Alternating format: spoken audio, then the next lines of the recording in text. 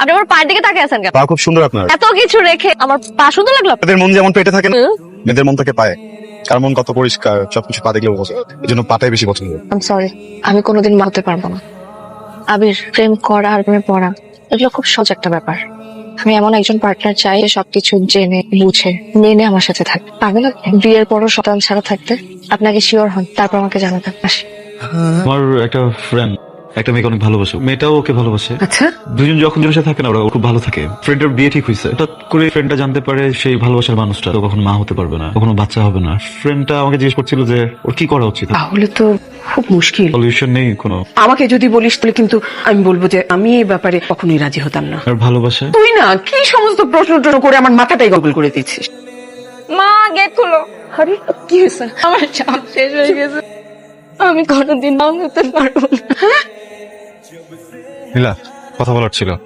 নীলা, নীলা please আমার কথা একটু শুনুন। নীলা, নীলা আমি জানি আপনি একটা সিদ্ধান্ত নিয়ে ফেলেছেন। বিশ্বাস করেন আমি আপনার কোনো সিদ্ধান্ত পাতে আসিনি। আর কিছু বলার নেই আবির, সবাই নিখুঁত মানুষকেই ভালোবাসে, খুঁতওয়ালা মানুষকে কেউ ভালোবাসে না। আসলে ভুলটা আপনার না, ভুলটা আমার। নীলা আমাকে কি ক্ষমা করা যায় না? অনেক দেরি হয়ে গেছে আবির, আমি মুভ অন করে ফেলেছি, মন থেকে সরিয়ে ফেলেছি আমি আপনাকে। আমার ছোট বোনের নাম তুলি। তুলিও কখনো মা হতে পারবে না। মানে 4 বছর হয়েছে তুলিকে আমরা বিয়ে দিয়েছি ওর পছন্দের ছেলের সাথে।